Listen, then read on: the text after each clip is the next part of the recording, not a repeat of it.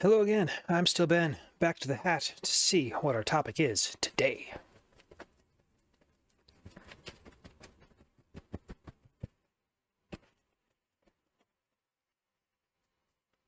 This voting, pretty simple. I'm pulling a lot of simple topics here. Voting. I guess that one's not that simple. It's just a simple idea here. How do we fix voting in this country? First of all, everybody has to be automatically registered, just like in every functional country. None of this hoops to jump through to get registered to vote. The only thing should be, are you 18? You know, did you turn 18? You automatically get registered. They have a birth certificate for you. They have a social security already. The government knows when you turn 18. You shouldn't have to prove anything in that kind of regard because the government already knows it, you know. Unless, of course, and I said this in the disclaimer video, I believe, go back and watch the intros and disclaimers if you haven't. Watch those two videos. But unless we wanted to actually, I think we should drop that age down to 16 rather than 18, or the legal driver's license age up to 18, you know, because if you're a legal driver and you have a full driver's license and you have to have insurance and you're using public utilities like roads, then you should have some sort of say. And without being able to vote, that doesn't give you any kind of say. So I don't particularly care which way we go on that one, but, you know, I think it's only fair if we do it one way or the other.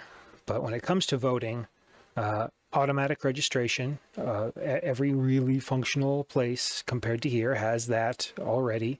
It's not hard to do. It would be much easier to keep track of. It'd be a lot harder to do any sort of voter fraud with things. Of course, all of the people who enjoy the voter fraud, like the Reich publicans, wouldn't like that, of course. But,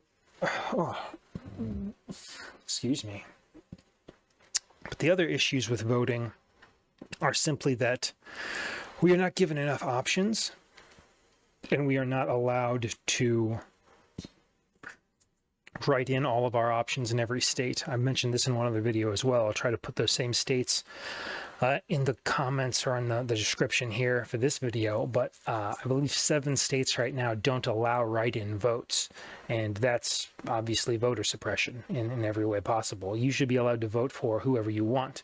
And I think one of the biggest changes we have to make on every level, not just federal, I believe this should go all the way down every place, every position. Anything governmentally that is being voted for as a position for an elected official, whether it's school board, whether it's sheriff, this and that, all the way up to senators and president, mandatorily, we need to add a none of the above, no confidence vote option, because that's what so many people I think are doing by not voting. And I understand that. I understand the idea of like, this system does not work clearly, so why would I participate in it? So I'm not blaming any of the non-voters actually if you were one of those people. If you're somebody who's like, listen, this doesn't work, so participating in it is stupid. I feel you. I get that. Yeah, you're not wrong, exactly, you know, and I support people who don't want to vote necessarily, but I think it's more important that we do, because the more people involved, the better. So in order to get that demographic out into you know, a voting area and into that voting mindset, we absolutely have to add a no confidence vote option for every single position, because that way, every time they hand us a pair of candidates, usually, here it's always usually a pair, that everybody hates and nobody thinks is going to do a good job no matter which one it is, we can all vote no confidence, try again.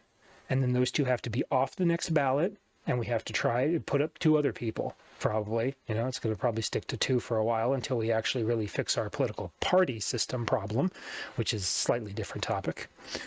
But until we do that, we need a no confidence vote option everywhere. You know, that way we will truly be able to track and determine exactly how much of the country is, you know, voting for it or not. Because at what point do you draw the line for legitimate leadership? You know, what percentage does the vote have to drop down to before it seems like it's not really representing the nation itself. Because if you look at how many millions vote in typical elections and how many eligible voters don't vote at all, that's almost the same number. We get like a little bit higher. We get higher voter turnout in some of these elections recently because of the stakes and the people involved. But, as more of an average, it's practically 50-50 for, the people who are voting and the people who don't. So that means the people who don't vote might be the majority of saying none of this is good and we need something better. And they're not being listened to at all because they don't have a way to voice that through a vote. Meanwhile, if we split the other half of that vote into one of the two parties where one has slightly more than the other every time, you're talking about 25% of eligible voters, which is definitely less than 25% of the entire country, because not everybody is an eligible voter. There's plenty of kids, and things like that. So, you drop it down to 20%, 15%. If 15% of the country is all that voted for what's going on right now, how is that a legitimate source of leadership? We need our voting system reformed so that it more accurately depicts the democratic will of the people.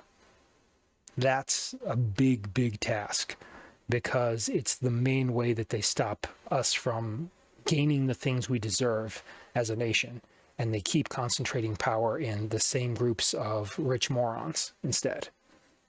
Okay? My name's Ben Howerson. Sursum Corda.